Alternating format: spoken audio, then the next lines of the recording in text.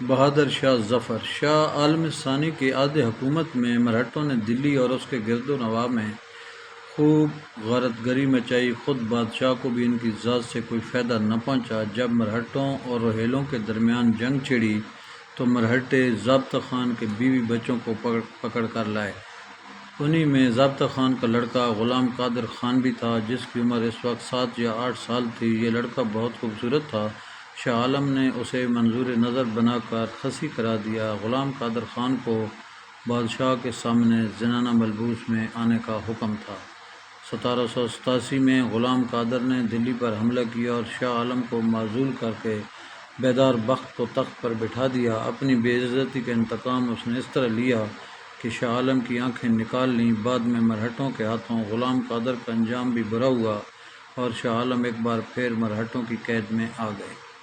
1803 تک انہوں نے نہایت قسم پرسی کے عالم میں زندگی گزاری۔ بالآخر 1803 میں لارڈ لیک کی فوجوں نے جمنا پار کر کے دلی پر قبضہ کر لیا اور مرہٹوں کا قلعہ کما کر کے دلی میں انگریزی اقتدار کا ڈنکا بجا دیا۔ شاہ عالم ثانی کو برائے نام بادشاہ بنا کر اس کی پنشن مقرر کر دی۔ یہی برائے نام بادشاہت اس کے بیٹے اکبر شاہ ثانی کے حصے میں آئی اور ان کے بعد یہی بادشاہت وراثت میں بہادر شاہ ظفر کو ملی اور پھر ظفر کے ساتھ ہی سلطنت مغلیہ کا چراغ بجھ گیا۔ شاہ عالم کی بادشاہت اگرچہ لال قلعے کی چاردیواری تک محدود ہو کر رہ گئی تھی، لیکن انگریز از کار رفتہ مغل بادشاہ کے وجود کو بھی خلاف مسلط سمجھتے تھے۔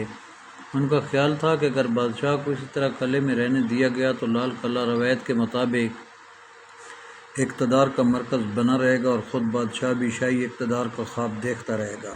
1857 میں جو صورتحال سامنے آئی، اس پر اگرچہ انگریزوں نے قابو پا لیا، لیکن اس سے یہ بات ثابت ہو گئی کہ ان کا وہ خیال صحیح تھا جو پہلے شاہ عالم کے زمانے میں ان کے ذہن میں آیا تھا۔ انگریزوں نے شاہ عالم کے سامنے یہ تجویز رکھی تھی کہ وہ دلی کے لال قلعے کو خالی کر کے صوبہ بہار ضلع منگیر میں مقیم ہو جائیں۔ شاہ عالم نے سختی کے ساتھ تجویز کو مسترد کر دیا تھا۔ انگریزوں نے مسلط کوشی سے کام لیتے ہوئے کچھ عرصے کے لیے اپنے ارادوں کو ملتوی کر دیا۔ شاہ عالم آنکھوں سے معذور ہونے کے ساتھ ساتھ شاہی اختیارات سے بھی محروم تھے۔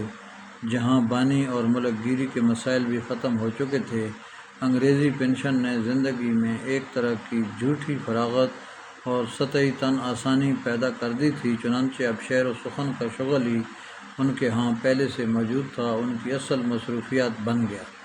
ان کا تخلص آفتاب تھا۔ وہ اردو فارسی کے علاوہ برج بھاشا اور پنجابی میں بھی دستگاہ رکھتے تھے اور اس کے علاوہ اردو، سنسکرت اور ترکی بھی جانتے تھے۔ وہ خط نسخ اور خط نسخ تعلیق میں بھی مہارت رکھتے تھے۔ نابینا ہونے سے پہلے قرآن مجید کی کتابت ان کے روزانہ کے مشاغل میں شامل تھی۔ وہ تصوف میں بھی دلچسپی رکھتے تھے اور سید محمد مراد درویش سے بیعت تھے۔ شعر کی حیثیت سے کم و بیش سارے تذکرہ نگاروں نے ان کا تذکرہ کیا۔ شاہ عالم ثانی کا انتقال 19 نومبر 1806 میں ہوا۔ اکبر شاہ ثانی شاہ عالم ثانی کے بڑے بیٹے کا نام مرزا جواں بخت تھا اور منجلے کا اکبر شاہ ثانی۔ جواں بخت ہی اصل میں ولی عہد تھا، لیکن چونکہ اس کا انتقال شاہ عالم ثانی کی زندگی میں ہو گیا تھا، اس لیے اکبر شاہ ثانی ولی عہد نامزد ہو گئے اور شاہ عالم ثانی کے انتقال کے بعد وہی تخت پر بیٹھے۔ ذکاء اللہ نے اکبر شاہ ثانی کا سال پیدائش 1759 بتایا، لیکن خود ذکاء اللہ کے ایک اور بیان کے مطابق اکبر شاہ ثانی کا انتقال 1837 میں 82 سال کی عمر میں ہوا اور اسپیر کے اندازے کے مطابق وہ 83 برس کی عمر میں فوت ہوئے۔ اس اعتبار سے ان کا سال ولادت 1754 یا 1755 ہونا چاہیے۔ اکبر شاہ ثانی کے زمانے میں انگریزوں کی ریشہ دوانیاں اور تیز ہو گئیں۔ انگریزوں کی کوشش یہی تھی کہ دلی کی بادشاہت رفتہ رفتہ ختم ہو جائے۔ شاہ عالم ثانی کے زمانے تک انگریز مغل بادشاہ اور اس کے دربار کی تعظیم کرتے تھے۔